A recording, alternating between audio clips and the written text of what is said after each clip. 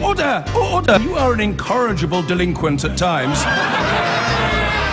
Behave yourself, man!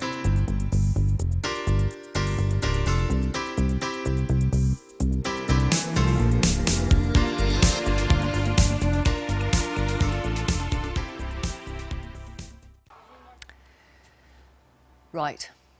Is it an insult to disabled people to suggest that those who are, quote, taking pills at home who suffer from anxiety are not, quote, really disabled? Labour says it is. The words were spoken by the head of Theresa May's policy board, the Conservative MP George Freeman. At issue is who in future should receive such benefits. Benefits tribunals have ruled that ministers should extend the scope of the new personal independence payments to another 160,000 people at a cost of more than £3 billion. Let's talk to Norman, who's at Westminster.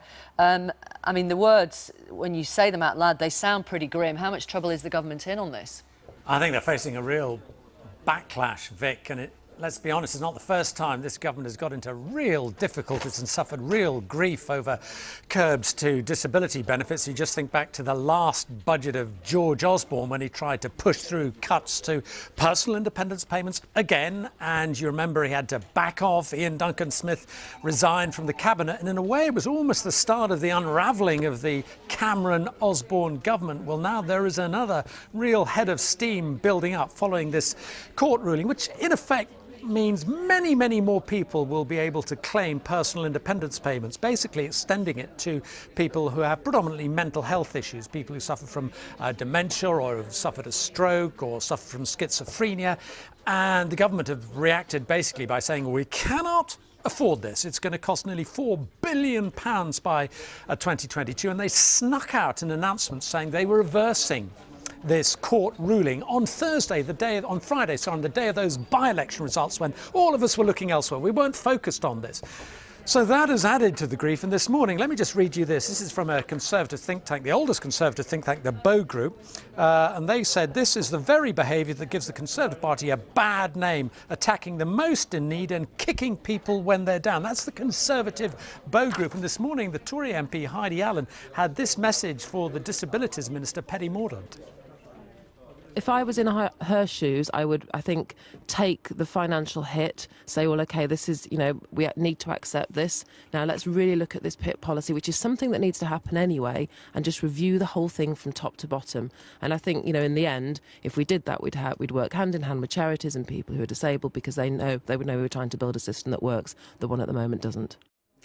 Now, what has added fuel to the fire, Vic, as you said, are those comments by George Freeman, who is Mrs May's head of her policy unit. So he is, if you like, her big brains. And over the weekend, he said that the court rulings were bizarre. These were just tweaks to the system. But the most incendiary remarks was when he went on to suggest that these people who would now get PIPs were not really disabled. They were just people taking pills to help them cope with anxiety. Have a listen to what he said. Look, the truth on the disability budget is we spend £50 billion a year on disability benefits, and what we're trying to make sure is that we get them to the right people who are most in need. He didn't mention these tweaks are actually to do with rolling back some bizarre decisions through the tribunals that now mean benefits are being given to people who take pills at home, who suffer from anxiety. Yeah, but these tweaks, we want to make sure we get the money to the really disabled people who need it. And I think Mr Freeman perhaps hasn't helped himself. He put out a tweet after those comments. Let me just read it to you here. He says, having suffered myself as a child from childhood anxiety and depression, I don't need any lectures on the damage anxiety does. Well, what gives us even more resonance, of course, Vic, is the fact that Theresa May has made mental health one of her cornerstone domestic issues. Remember that big speech at the start of the year saying she wanted to end the stigma attached to mental health? Here's a reminder of what she said. This is an historic opportunity to right a wrong and give people deserving of compassion and support the attention and treatment they deserve. And for all of us to change the way we view mental illness, so that striving to improve mental well-being is seen as just as natural, positive and good as striving to improve our physical well-being. As you say, Norman, not that long ago, we've got the budget on the horizon. Any chance of things being changed before then? Well, It's possible because, let's be honest, it's happened before. You think of George Osborne backing down over personal dependence payments and tax credits, so it has happened before. They won't want to back down, but I think they're in a real jam here because the disability charities are up in arms because they say, look, if you suffer from, say, dementia, you can have as profound problems out and about as if you are blind. So why shouldn't they get this benefit? More than that, the disability tribunals, they went through these cases in real detail. And, you know, we clearly know increasingly the difficulties people have with mental health issues. So they're under real pressure, not just politically, but also from the mental health charities. And the last thing to say is the government, before they announced they were just going to try and rewrite the rules without anyone noticing, they didn't consult anyone. They didn't consult Parliament, they didn't consult the disability charities, and they pretty much tried to sneak it out. And I think for that reason, and Mr. Freeman's comments, there is a real backlash building up. Thank you very much, Norman. Thank you. Now, the government is facing criticism today from all quarters over plans announced last week to make changes to who qualifies for a benefit payment called PIPs. Personal Independence Payments, or PIPs, are weekly payments that go to people with a disability or a long-term health condition. The government is rolling out PIPs to replace a former payment known as Disability Living Allowance. The government was required to widen the eligibility criteria around PIPs to include more people with psychological problems after 2 tribunal rulings. But ministers say that doing so would cost the taxpayer £3.7 billion by 2022. So instead, they're legislating to change the rules around PIPs. Ministers say that there will still be a strong safety net for disabled people after the changes. George Freeman, the Conservative MP and head of Theresa May's policy unit, got into hot water on this issue yesterday. In a BBC interview, he said that money should go to really disabled people, not those taking pills at home who suffer from anxiety. Those comments were condemned by the Labour Party. John McDonnell said they were an insult to disabled people, and the Shadow Minister, Louise Hay, accused the Conservatives of being in the gutter, trying to shame those in desperate need. But George Freeman hit back at those critics. He said he had suffered from mental health problems in the past and didn't need any lectures on the damage anxiety does.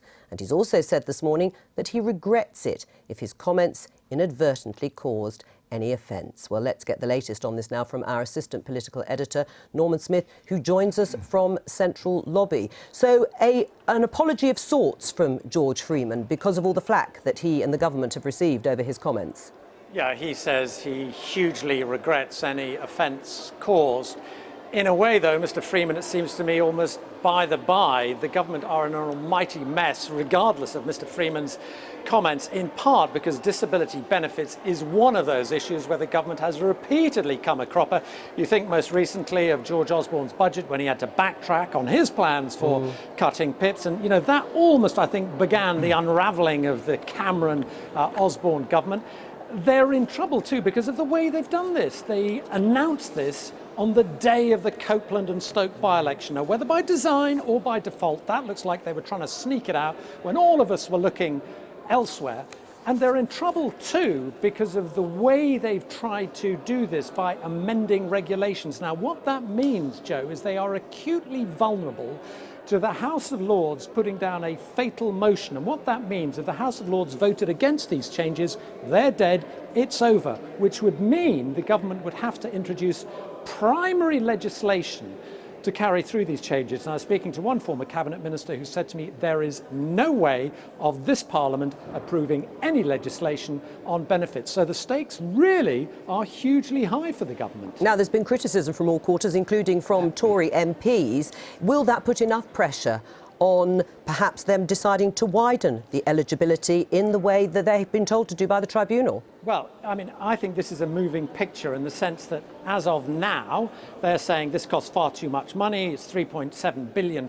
It's sort of an upward ratchet. If you're going to give PIPs to, people suffering from dementia and other mental health illnesses, that is going to keep going up and up and up on a disability bill that has been going up, frankly, for decades. So, they really do not want to do that. Then again, if you're going to lose anyway, and I think there's a real chance they will lose in the Lords, in part because peers, if they have to sort of cave in over Brexit, will want to show they're still tough and independent and willing to stand up to the government and may choose to put a marker down on this. If you're going to lose anyway, then better to concede in the budget than go down to a messy defeat in the Lords and have to pay out the cash anyway. Norman Smith, thank you very much. John Redwood, should the government widen the eligibility, as they've been instructed to, by the tribunal rulings, that they should, in the future, include people with mental illnesses? Well, I'd want to see the detail, and I think the government accepts that people with mental illnesses often have a very serious condition and we need to help them as well. But they haven't accepted it in terms of actually letting them then have money through PIPs. Well, I think they have. I mean, the issue is which group of circumstances qualify. I don't think they're saying we don't want anybody with mental health problems qualifying. One of the purposes of the reform from Disability Living Allowance was to have more people with mental conditions equally eligible to those with physical conditions. So I've got an assurance from ministers that no one who's received a PIP payment from the DWP so far will lose it or have it cut. No, and it's true. This is minimum. future. These are about future but it's very payments. important to tell your audience out there that nobody who's got an approved payment at the moment is going to have it cut. And I certainly wouldn't be voting for cutting something that's already been approved. No, but the implication here, John Redwood, the issue of whether we widen the criteria compared with those which the government thought it had put in, and I would like to see the details. I'm sure my colleagues would. But we are spending $50 billion a year. We need to be generous to those in serious disability, whether it's a mental condition or a physical condition, and let's see what they come up with by way of a specific proposition. They just feel it's going too wide. Was it acceptable for George Freeman to say it shouldn't go to people taking pills at home who suffer from anxiety? Well, as I understand it, George has said he didn't mean any harm by that. He didn't mean any harm. He didn't actually retract what he said. Well, you must talk to him. They weren't my words. No, but I'm asking you for your reaction to those words. Well, I mean, do you think that is acceptable by someone in his position? He's not just a backbencher. He's head of the policy unit at Number 10, to say that money should go to really disabled people, not those taking pills at home. Well, they're not my words, and I don't wish to repeat it. And he must explain what he meant by them. Right, Liz Kendall, you're shaking your head. I mean, the polite way to put it is that George Freeman's comments were ill-advised and ill-informed. I mean, I have looked at the detail of this, and the people who the tribunal are saying should get PIP are people with dementia, schizophrenia, epilepsy, learning disabilities. And instead of ignoring the very serious criticisms of PIP that the tribunals have made, the government should be listening. Look, the whole PIP system is a mess. I have had a constituent who was diagnosed with terminal cancer. He had to wait 8 months before he got anything. He was told at that stage he wouldn't get extra help for daily living. Then he had a stroke, his circumstances changed, they reassessed him and they got rid of his enhanced mobility component. But I have been fighting this for a year. But that was presumably an error. No, this happened that can't have been intended. and time. But Liz Kendall, again, just to be clear, this is about eligibility. There are mistakes that are made, but let's be clear, this is about the criteria that will be used for future claimants. I think at the moment, no one will lose their PIP money as it stands. This is about the government being asked to widen the eligibility rules to include people with the sorts of conditions that you're talking about, rightly or wrongly. Do you think they should widen it? Yes, I do. They think they should widen it, but my point is wider, that the PIP system isn't working. The government needs to have a fundamental review of that, as well as accept the tribunal court's rulings about extending eligibility to and people you would who have extend the serious money needs. then by £3.7 billion pounds. You would. And Yes, where would I you think, find the money? Well, the government has a huge budget that it can look at. There are all sorts of different decisions they could make. I think this is just and fair and right, and they should do it. And Heidi Allen has said the same, the Tory MP. She'd find the money. She'd find the money come what may. I mean, isn't there a level of hypocrisy, John Redwood, when the government and Theresa May herself has said there should be parity of esteem between physical and mental illnesses, and then the government sneaks out, which is how it will appear, to the public and to the House of Parliament on the day after the by-election, the fact that they're going to change the rules so they don't have to widen the eligibility? Well, I think the government would say that they're trying to keep the rules as they intended them to be and as they thought they were being applied. And as you rightly say, there's now the issue posed by the court. Should we be more generous? And I'm open-minded. I would want to see how generous, what it would cost, which sort of cases that would cover. Individual cases may have been wrongly adjudged, and we all feel very sad about that. And that's about competence, it's not about the rules. And then there's this separate issue about the rules. I didn't come into politics to be unkind to the disabled, and I will want to be persuaded by the government. Does your that government this look as if change it's being unkind is to the disabled with these sorts of rules and changes? Well, that's where I'd want to see the detail. But having listened to them today before doing this programme, that is not their intention, and their intention is to have more generous benefits for those who are most disabled, and the PIP system as a whole is more generous than the old system it was replacing. That, I think, is a good idea. Liz Kendall, you've said you'd want to find that extra money. Who would lose that amount of money in order for you, if you had that decision within your grasp, in order to give the money to PIPs? Look, government can make, huge numbers of different decisions about where the money is going. But there would be a choice here, wouldn't there? Well, may I say, the government has taken a choice to cut inheritance tax for the very wealthy. You know, there are different choices that you can make, and what I think is at the heart of the tribunal's decision, which the government hasn't grasped, is that physical and mental disabilities, are not two separate things. You need to look at the two together. And unless the government grasps that, it's not going to provide the kind of support that people rightly need. OK, well, let's have a look at it, because, I mean, as you understand it, John Redwood, what are PIPs for? What is this allowance actually supposed to do for people who are disabled? Well, it's to pay for those extra costs that the disability creates so they can have a more normal life like the rest of us, but they need extra support. Right. That's for daily living and mobility, and the tribunal made decisions about both of those issues. For people with schizophrenia and severe depression, what would the money go to do? It will give them the enhanced mobility component, which may include support from someone to help them go out. And for the standard, daily living, it's for people who need to medicate at home or monitor their health condition at home, like diabetes, who also need support to do that. And, it's pretty simple if you understand the reality of what it's like having a physical, mental or learning disability. You need extra support to live with that condition at home and to get out and about. That's what the court has said. Do you think this is going to be difficult to actually introduce because of what Norman Smith said, that if they are going to introduce changes rather than primary legislation, that it could actually be guillotined in the Lords? Well, I think they've got to have a package which enough people think is fair and reasonable. And these are difficult judgments. It isn't that you've got one party that doesn't want to pay any money to the disabled and other parties that do want Well, Liz to pay. Kendall is saying Labour would clearly pay that money. I'm saying that's my view. But we all agree that we want to be sensibly generous to disabled people who have serious problems. We want to compensate them to the extent that money can. But there has to be some limit. You have to say at a certain point you don't qualify, or you qualify for a lower rate. So we're arguing about the marginal cases at the edges of the current PIP allocations. And as I say, I'm sure a lot of fair-minded people in the Lords and the Commons will want to look at what the government's got to say and say, yes, that's a sensible view, or it's still too tough. We think it ought to be a bit looser. All right, let's leave it there. One of Theresa May's key policy advisers says he regrets any offence caused by comments appearing to suggest people suffering from anxiety weren't disabled. George Freeman had said personal independence payments, or PIPs, should go to really disabled people rather than those, he said, who were taking pills at home. Here's our Disability Affairs correspondent, Nikki Fox. This is an issue about support and who needs it the most. Personal independence payments, that's the money given to help cover the extra costs of having a disability, is once again back in the spotlight. It's a benefit that would help someone like Dean, who's had severe anxiety for most of his life.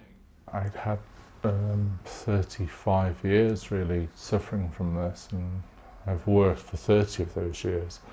I never really realised that it was a disability, but in the last year, absolutely, yeah. When you're too scared to go out your front door and just do basic things, then yes. Having lost his job in November, Dean has been unable to work since, so he's applied for the benefit and is awaiting to find out whether he'll be eligible.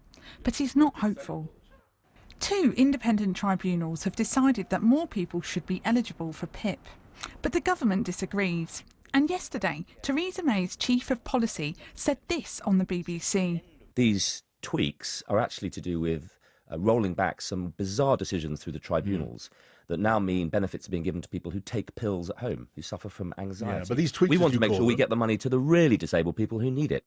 Today, he took to social media to express his regret over any offence his comments may have caused. But ministers show no sign of budging on this. They want to undo the court rulings, saying it would cost them £3.7 billion. It isn't based purely on money. If you think about what is personal independence payments, they are just one part of a very sophisticated and broad welfare package. But what we're trying to do is create as much of a tailored support for individuals as possible. But when you've got millions of people applying for it, living with all kinds of different physical and mental and psychological conditions, actually you do need to draw some rules and some distinctions somewhere. Jo has rheumatoid arthritis. She used to get disability living allowance, but when that changed to PIP, she was told she was no longer eligible. So I was then able to use that money to pay for care worker agencies, and they would help with things like shopping, you know, basic things like cooking a meal, washing and bathing.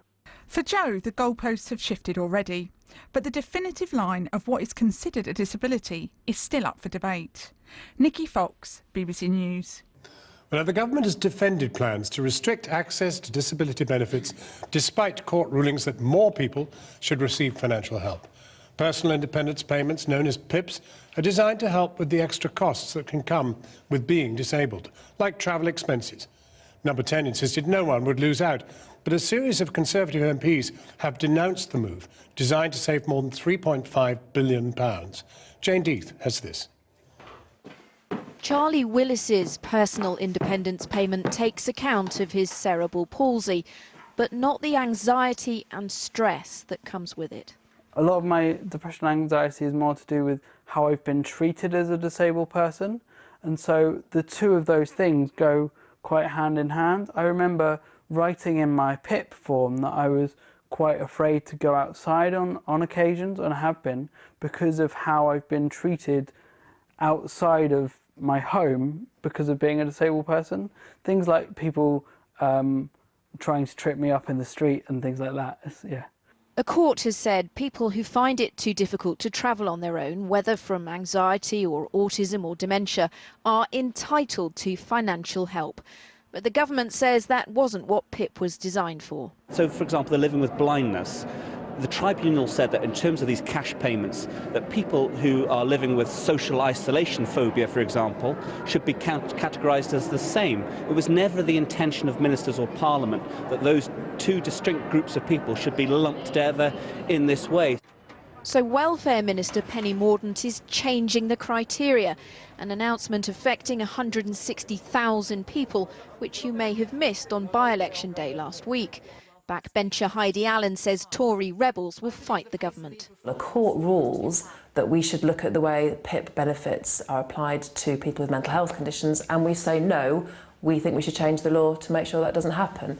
I think really what we should be doing is looking at the whole PIP process, as many of us argued for a long time, to make sure it does reflect the needs of people with mental and physical health conditions, which at the moment it doesn't. Theresa May promised to transform attitudes to mental health. Mental illness has been something of a hidden injustice in our country, shrouded in a completely unacceptable stigma and dangerously disregarded as a secondary issue to physical health. So it didn't help when her head of policy said this on PIPs. Benefits are being given to people who take pills at home, who suffer from anxiety. Yeah, but these tweets, we want to make sure we them. get the money to the really disabled people who need it. Today he apologised for any offence. As it stands, the changes will become law without a vote, but the Lib Dems and Labour are going to try to force one. And it is a real indictment on this and this government that they are prepared yet again to be targeting chronically ill and disabled people in the way that they are. This is all to avoid adding £3.7 billion to the welfare bill. Almost a year ago, George Osborne tried to save a similar amount on PIPs, but a Tory revolt made him scrap the idea. We've listened and learned, he said. Today, the government said no one's PIP will be cut, but the benefit is going back to its original purpose. Jane Death reporting, and with me here is our social affairs editor, Jackie Long. Jackie. Well, as Jane said there, much of the outrage and the focus of the last 24 hours about this story has been about language, and language is really important here. This rather crude distinction made by the number 10 policy chief between stress and anxiety, mental health illnesses, and what he called really disabled people. Now, he's expressed his regret, but I think what mental health campaigners are really worried about is that what the government will effectively do with this legislation is create that same distinction between people with physical disabilities needing and deserving of help and those with some mental illnesses, it is being suggested, not as deserving, not as much in need. And as well as causing real upset, I think it's caused confusion, not least because it's only a month since Theresa May stood up, said very, very pointedly, the fact that people with mental health illnesses are treated as second-class citizens is unacceptable and would be one of the burning injustices which would drive her government. Any chance of the government moving? Well, the Department for Work and Pensions are saying it's all full steam ahead as far as they're concerned this evening. They say they want to create a strong safety net for those people who need it. But critically, what they say this legislation is about is returning personal independence payments to their original intent and aim. Now, what charities like Mind would say is those judges on those tribunals who took these two decisions, they are making those decisions entirely within the framework of how PIP is supposed to work, their understanding of who is entitled to it. Now, it's worth pointing out that tribunals are the very last place for people who feel they have a burning injustice if they feel their claim hasn't been dealt with properly.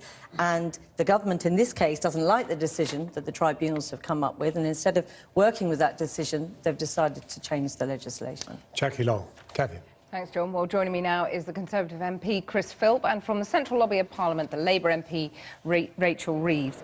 Chris Philp, first, are you really happy to target people with dementia, learning difficulties, diabetes, or are you saying enough is enough, like some of your Conservative colleagues? Well, let's be clear. Under the Conservatives, spending on mental health provision has doubled to 11.5 billion compared to what it was under Labour, and total spending on disability-related benefits has increased, even after accounting for inflation, from 45 billion to 49 billion. That's an 8% real terms increase, and it will continue to rise with inflation for the duration of this Parliament. Now, I've looked at the details of the rulings that we just talked about. It's in Schedule 1 to the 2013 PIPS regulations. And to be clear, people who have psychological problems like anxiety or phobias and as a consequence cannot travel will continue to receive help.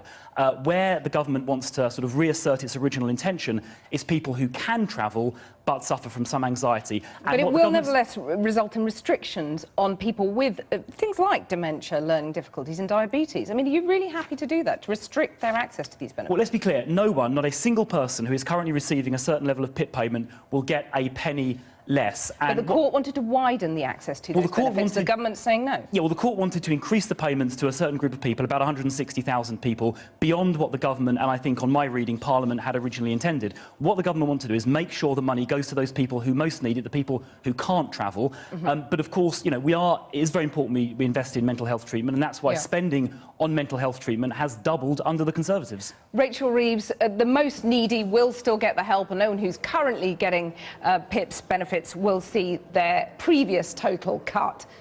Are you therefore persuaded? I'm not at all persuaded. What we're seeing, and what Chris will see as a constituency MP and I see up in Leeds, is that people who are currently on the disability living allowance, who are being moved to the new benefit of personal independence payments, are seeing their support being cut, whether that is their money that they get through the personal independence payment or access to a motability vehicle.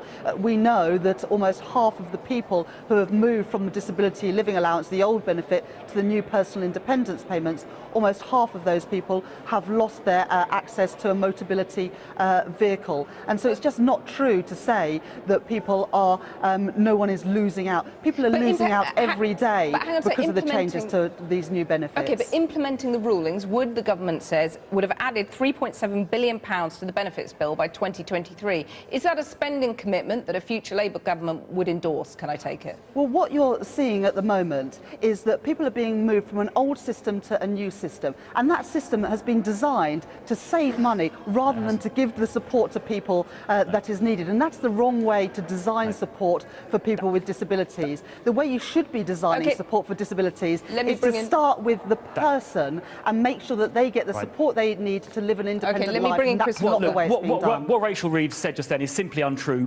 Total spending on the DLA and the PIP together has actually gone up. On the PIP, a third of people get the full rate. It was only a quarter under the DLA. But the most important measure of all is, can we help disabled people back into work? And 400,000 people with disabilities have been helped back into work over the last 2 years. The employment rate amongst people with disabilities has gone from 44% up to 49%. And I'm proud that it's a Conservative government that has increased spending on disabled benefits and also helped those people back into work. Rachel Reeves. Well, it's absolutely important that people who can work are working and given the support they need to work. And it's disappointing that some of the access to work schemes have been cut back by this government. But there are also people who aren't able to work, and they also need to get the support that they're entitled to live fulfilling and independent lives. But if I take an example of somebody in my constituency, a woman who had had a stroke, has a young family and also holds down a job, she lost her mobility car when she was assessed, when she moved from the old disability living allowance to personal independence payment. She's now worried about whether she can balance holding down a job and bringing up a family with her disability. And I think that is just the wrong decision. It goes against the grain of fairness and decency, but also it's short-sighted on terms of the government, because a woman who was going out to work is now at risk of losing that job. OK, Rachel Reeves, Chris Philp, thank you very much for joining us. I've been getting